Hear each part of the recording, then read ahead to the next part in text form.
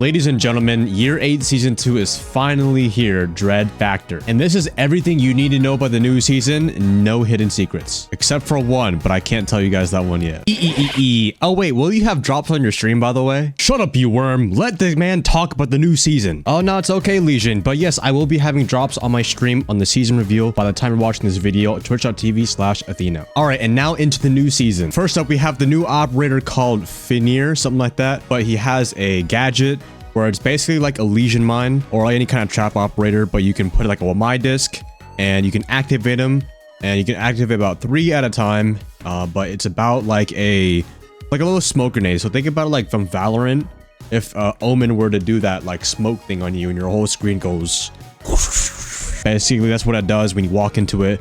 It's a great combination with other traps as well as playing close to it, so when they get blinded, that's a perfect time to swing. Now for his gadget, he has the sausage, he has the MP7, and for the pistol he has the bailiff, I believe. And then for the gadget he has barbed wire and the choice of BP, if I'm correct. Now I was a little disappointed, to be honest, that he wasn't getting a new gun or even maybe a recycled gun, but at least like Vigil's gun, Maestro's LMG, one that we haven't seen before like on Zero and Bandit. So I am a little disappointed there wasn't a new gun. But otherwise, I mean, I tried him a little bit, and I really think once we get the hang of using the trap ops, like we're in a trap meta right now, in a gunfight meta.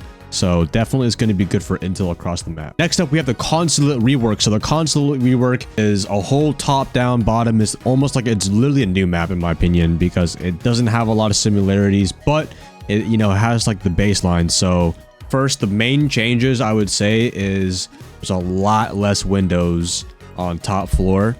The lobby side, there's a lot more close corners. So you'll see kind of in the gameplay around me, but overall, it's a lot of eliminating the open area. My honest thoughts about it, I'll be honest, I'm a little confused on the rework. I really thought personally for me, old Consulate was good, but I'm always down for a rework. But this one, I would say it does feel like a downgrade in a way in terms of the balancing, because I think old Consulate had a really good like balance of long hallways versus like close rooms.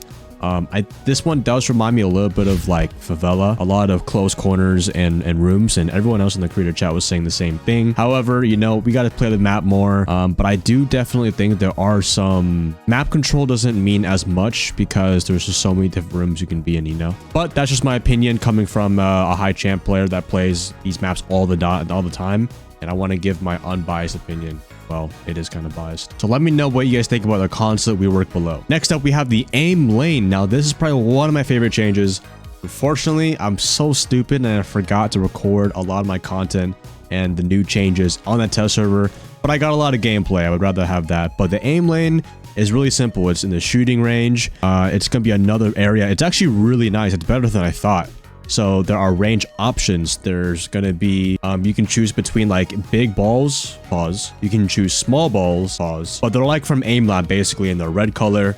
Or you can choose actual character models. Now these are just dummies. You can make it so they sprint, they walk normally, or even I think they just like slow walk or crouch even. Yeah, there's a lot of different modes where you can choose, and I really love this topic. I can't wait to use this. I really would wish that we could play it in between the queue, but you know, at least we got a shooting range.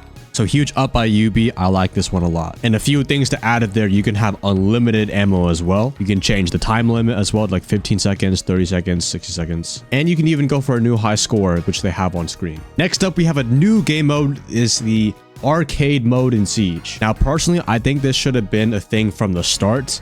But this will be, it will have gun game, it will have TDM, we'll have free-for-all, snipers only, and I think headshot only. It's 5 new modes all into one. TDM will be added to this one. So if you're into kind of a little bit more of the, you know, different styles, almost Call of Duty style, then arcade mode is definitely for you. Next up, we have the new control layout. So these control layouts are going to have, you'll see on screen. I forgot to show.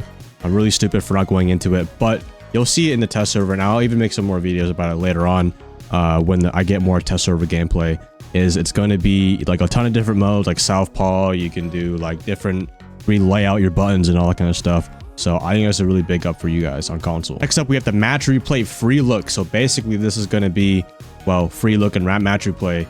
You can get like the head level of any character. You can basically just if you were like a ghost going through the whole match, you can see everyone's POV.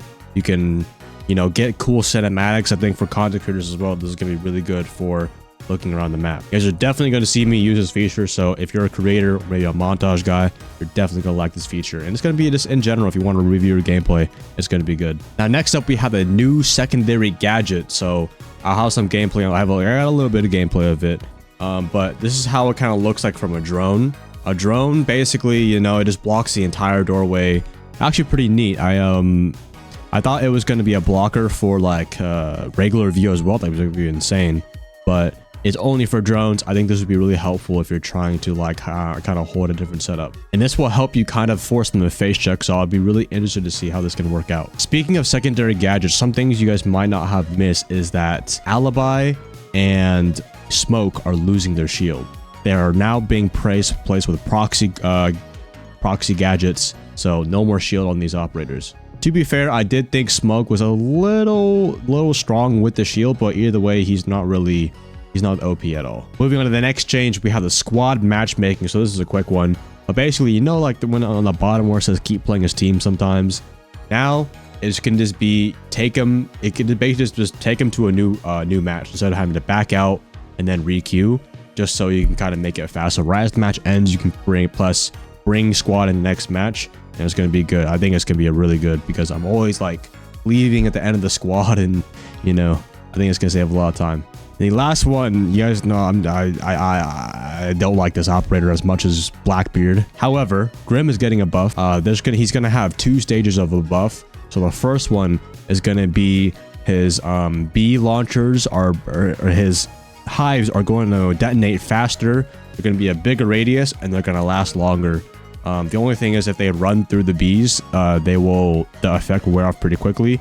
But the bees last as much like a Goyle fire, so it's actually a pretty long time. But still, I really think if you really want to buff Grim, you gotta like do a few things. You could make it like an air jab, make the bees actually stay there stationary. Another one would be make the bees so they're on your screen, right? And you have to like blocks like half of your screen, right? And you have to hold F to like swat away, right? And like the last thing you could do is just make it so they take damage. I would love to see the bees do as much damage as Goyle fire. Let me know if that's too OP or not. But that is everything that you need to know the new season. Again, I'll be live for most of the day. I have drops on my stream, twitch.tv/Athieno, in the comments and in the description. Let me know your honest thoughts about the comments below. I will be talking to some of you guys about the new season. Thank you guys for watching. Be sure to like and subscribe, and I'll see you soon.